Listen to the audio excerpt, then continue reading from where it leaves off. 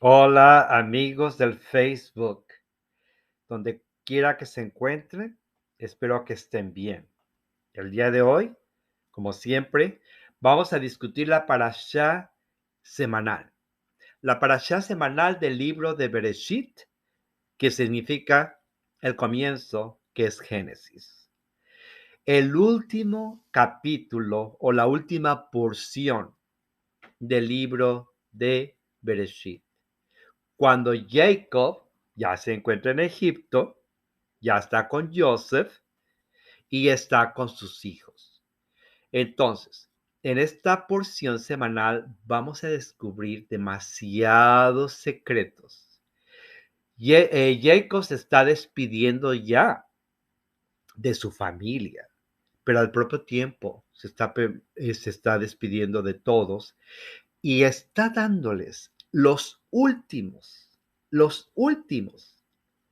detalles de cómo vivir en el futuro, qué hacer para poder sobrevivir en este mundo material, donde la lujuria y todo lo que vemos alrededor puede llamar más la atención, más que lo espiritual. La lucha y el antagonismo que existe entre nuestro cuerpo y nuestra neshama, que es el alma. La lucha que existe entre ellos. Y él da un ejemplo. ¿Qué es lo que debemos de hacer? Hay demasiado. Recordemos que Jacob está en el proceso de Tikkun. Tikkun, que quiere decir, él vino a este mundo a corregir lo que en la vida anterior hizo mal. Entonces, sabemos que se dice, según los sabios de bendita memoria, mencionan que él reencarnó a Adán. Y Adán, pues sabemos todos que cometió el pecado de tomar esa manzana que estaba prohibida y que era del conocimiento, el cual él todavía no estaba preparado para poder digerir ese conocimiento, porque es un proceso y lo sabemos ahora. Entonces Jacob vino a hacer ese tikkun, a arreglar lo que hizo mal en su vida anterior. Y sabemos también que Jacob, su nombre le fue cambiado por Israel, ¿ok? Israel. Hay muchas cosas que Jacob hizo, pero en sí, en esta parasha sabemos que él vivió una vida llena de pruebas y que fueron pruebas muy fuertes, las cuales él tuvo que superar para poder hacer ese tikkun. Pero Dios, Hashem, de bendito nombre, él nos da las pruebas que sabe que necesitamos para poder superar. Y no nos va a dar más de lo que podemos hacer o de lo más allá de lo que podemos soportar. Entonces Jacob sabemos que pues él vivió con sus hermanos, no lo querían, lo vendieron como esclavo, se lo llevaron a Egipto. En Egipto él vivió y después llegó a ser virrey y al final él trata de reencontrarse con sus raíces que son su familia. Y todo ese tiempo Jacob se dice que estaba haciendo su vida, pero siempre guardaba ese sentimiento de su hijo que se había ido y que le dijeron que estaba muerto. Bueno, de repente ya regresa. Y entonces aquí en esta porción de la parasha dicen que Jacob vivió por 17 años en Egipto. Y cuando decimos que Jacob vivió en Egipto, no quiere decir que solamente él vino solo. Claro que no. Él vino con sus 12 hijos y cada uno, recuerden que era líder de una tribu. Entonces vino con sus 12 hijos a ver a José, ¿ok? Entonces él ya estaba casado, tenía otro hijo más, ¿m? Pero a él no le dio ninguna tierra porque él sabía que él no era capaz de poder liderar sin ser tan visceral, porque él era muy flemático. Él era de los que reaccionan antes de pensar, de hacer lo correcto. Entonces él sabía que este hijo que había tenido con Janet no iba a poder hacer lo correcto. No que no podía hacer lo correcto, porque él también fue educado dentro de los principios de la Torá, pero él sabía que no podría ser capaz de poder liderar un pueblo de manera correcta. Y eso pues le cuesta mucho trabajo a los hijos entender por qué a unos les deja más y por qué a unos les deja menos y por qué a unos les da más y menos, etcétera. Es una controversia, pero yo creo que la Torah nos enseña a ser humildes y entender que se debe de respetar los deseos de los padres al momento de estar en esta vida y en el momento de partir, ¿verdad? Entonces, Jacob llama a todos sus hijos y les dice, vengan, vengan, reúnanse, júntense. Analicemos estas palabras que los sabios de bendita memoria nos dicen. El reunirse, el juntarse, nos da el ejemplo que todo judío y no judío, para poder alcanzar la meta, tenemos que empezar por reunirnos y juntarnos. No podemos vivir solos, como José lo hizo. Sin embargo, José, cuando estuvo encarcelado y estuvo como esclavo, él siempre se dice que fue feliz.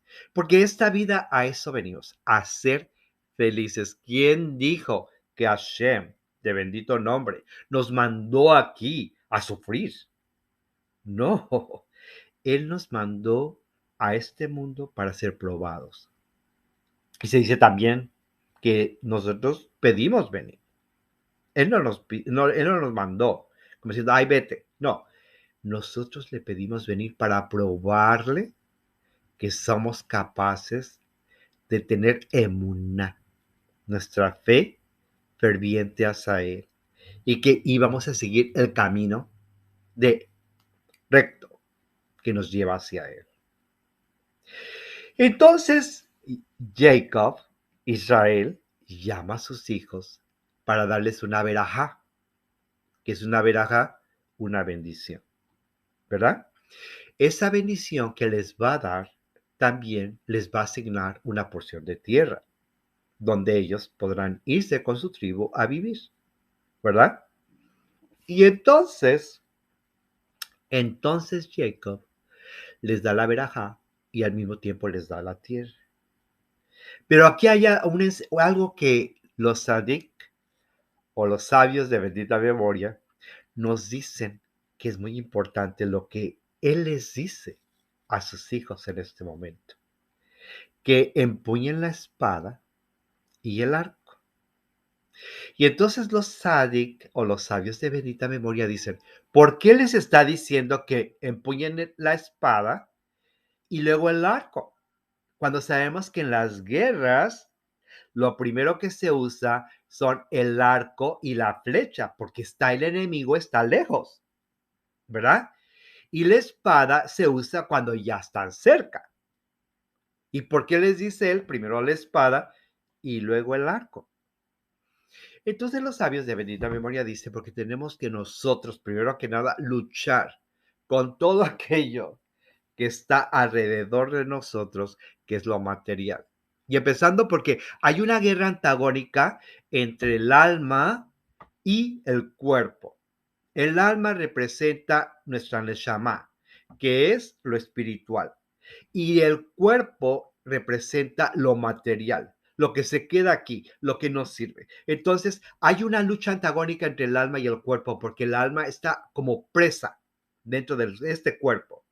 Y este cuerpo siempre se inclina hacia lo malo, siempre se inclina a aquellas cosas que nosotros sabemos y cuando decimos malo, que están en contra de lo espiritual, que no nos van a llevar hacia Hashem, nos van a llevar hacia lo contrario. No menciono el nombre, pero todos sabemos a quién me dirijo, ¿verdad? Entonces, lo que nosotros hacemos ahora es que tenemos que usar esos elementos que Hashem nos dio, que son la Torah. Y también aquí nos indica una cosa, ¿cómo vas a crecer espiritualmente? Leyendo su palabra, la Torah. Esa Torah te va a dar a ti los elementos para crecer espiritualmente, ¿verdad? Y lo otro más importante que tenemos que hacer, ¿verdad? Es usar lo espiritual. Pero aquí Jacob nos da un ejemplo, la plegaria, la oración. Y en la Torah nos enseña que hay dos tipos de plegaria. La primera que tenemos en los rezos que hacemos diariamente los judíos usando el Sidur. Esos rezos ya están prescritos para hacerse en determinados momentos lo que se tiene que decir, pero hay otra plegaria y la más importante que nos conecta con tu Creador, con el Rey del Universo, la plegaria personal e individual. A Él pídele tus cosas ya personales, conéctate con tu Creador para que puedas llevar a cabo lo que tienes que hacer para vencer todo aquello que te está alejando del camino de lo espiritual. Para que en el momento que, como Jacob, que te tengas que partir de este mundo, puedas decir, Hashem, hice lo que me pediste, soporté las pruebas que me diste para poder crecer espiritualmente, para poder espiritualmente llegar hacia ti. Pero nunca dejemos de hacer nuestras plegarias a Hashem. Nunca dejemos de conectarnos con lo espiritual. Entre más nos conectemos a lo espiritual, más nos alejamos de lo mundano y lo material, lo que no nos va a dejar absolutamente nada, porque eso cuando nos vayamos se va a quedar aquí. El cuerpo se va a quedar aquí con la materia. Lo único que se irá sería lo espiritual y lo bueno que hicimos aquí para crecer en Hashem, haciendo ahora sí que lo que Él nos pide que hagamos, cumpliendo su voluntad y dejar un legado. Ese legado de educar a nuestros hijos para hacer el bien. Si ellos no lo siguen, no es nuestra situación. Esa ya es cuestión muy personal de ellos. Pero como padres, nuestra obligación es darles el camino y después dejarles, porque ellos tienen que seguir lo propio. Pero no podemos influenciar mucho en ellos a grado de quererlos dejar sin voluntad propia, ¿verdad? Debemos dejarles para que ellos también hagan lo propio, pero hay que enseñarles, ¿verdad? Lo que Jacob hizo. Si se da cuenta en esta parasha hay muchas cosas que nos abren los ojos y que nos dicen que pues podemos prepararnos y ojalá que en esta ocasión podamos crecer, poder tener shalom, porque ese es el otro nombre de Hashem, shalom, paz.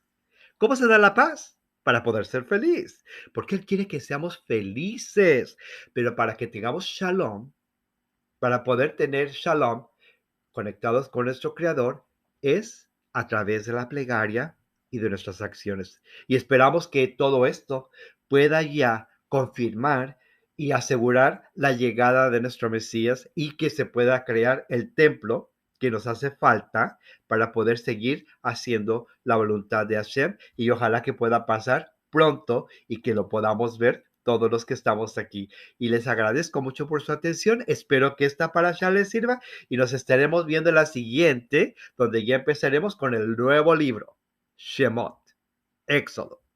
Que tengan todos ustedes un buen día y estaremos en contacto hasta la próxima. Cuídense, que Hashem les bendiga. Shalom.